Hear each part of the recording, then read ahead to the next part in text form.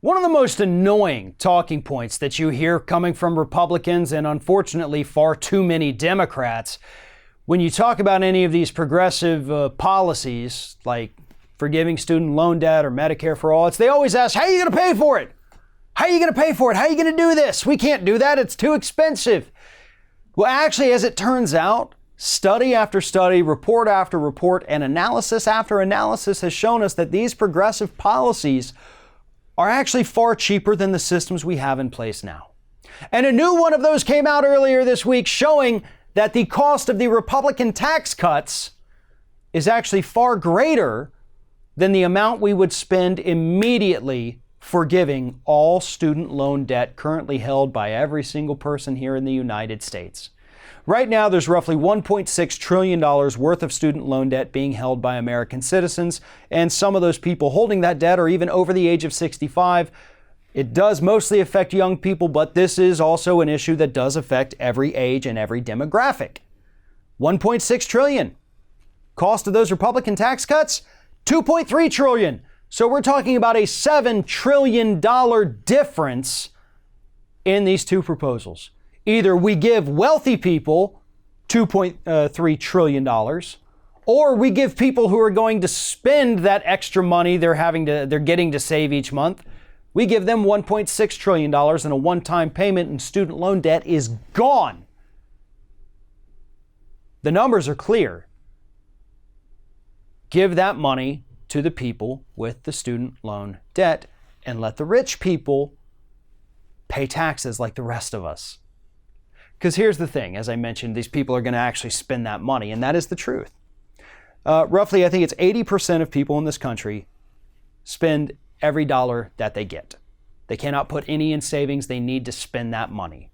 So if you take these tens of millions of people holding $1.6 trillion in debt, and suddenly they don't have to make those payments every month, whether it's $100 or $400 or $500, do you know what they do with that money? The vast majority of them, nearly all of them, are going to spend it because they have to. Not because they're bad with money, but because they have to. Some of them will be able to save. The rest of them are going to have to take that extra $100 or $200, and guess what? Maybe they can afford to get that new tire for their car because they've been driving around on a spare for 6 months. Maybe they can finally afford to go get their oil changed. Hell, maybe they can finally afford a nice night on the town and go out to a nice dinner every now and then. Something that, seriously, I don't think enough people understand, because maybe you haven't been in this position, but I have. That can be a luxury. And I say this not only as somebody who understands what numbers are and understands that you help the economy more by paying the $1.6 trillion to pay off student loan debt than giving $2.3 trillion to the wealthy elite. I also say it as somebody who's lived it. I still am paying off student loan debt. And according to the charts and graphs I see each month when I go in there to make my payment, I'm going to be paying it off for another 25 years. If I were to save that $200 every month is what my current payment is. It goes up and down every year.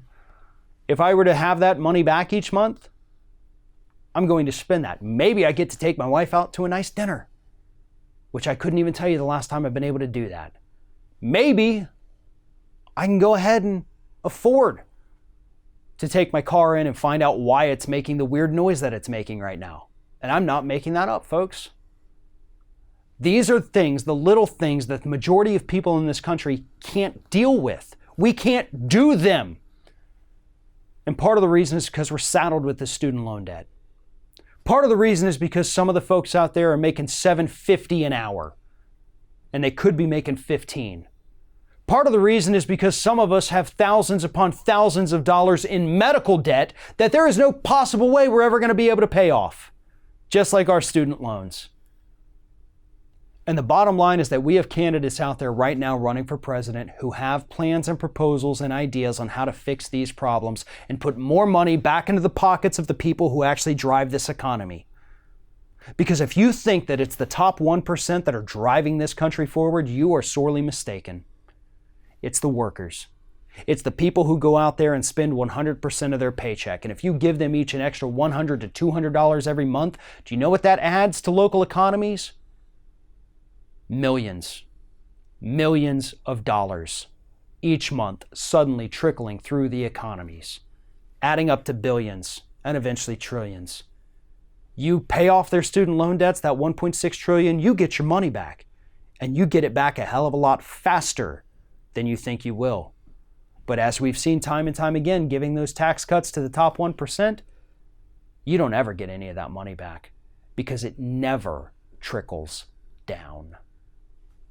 Thanks for watching, everybody. And don't forget, if you like what you see here, like, comment, share, and subscribe to our channel. And now you can also become a member of Ring of Fire and get exclusive early access to certain Ring of Fire videos all throughout the week. Just click on the little join button right below the video.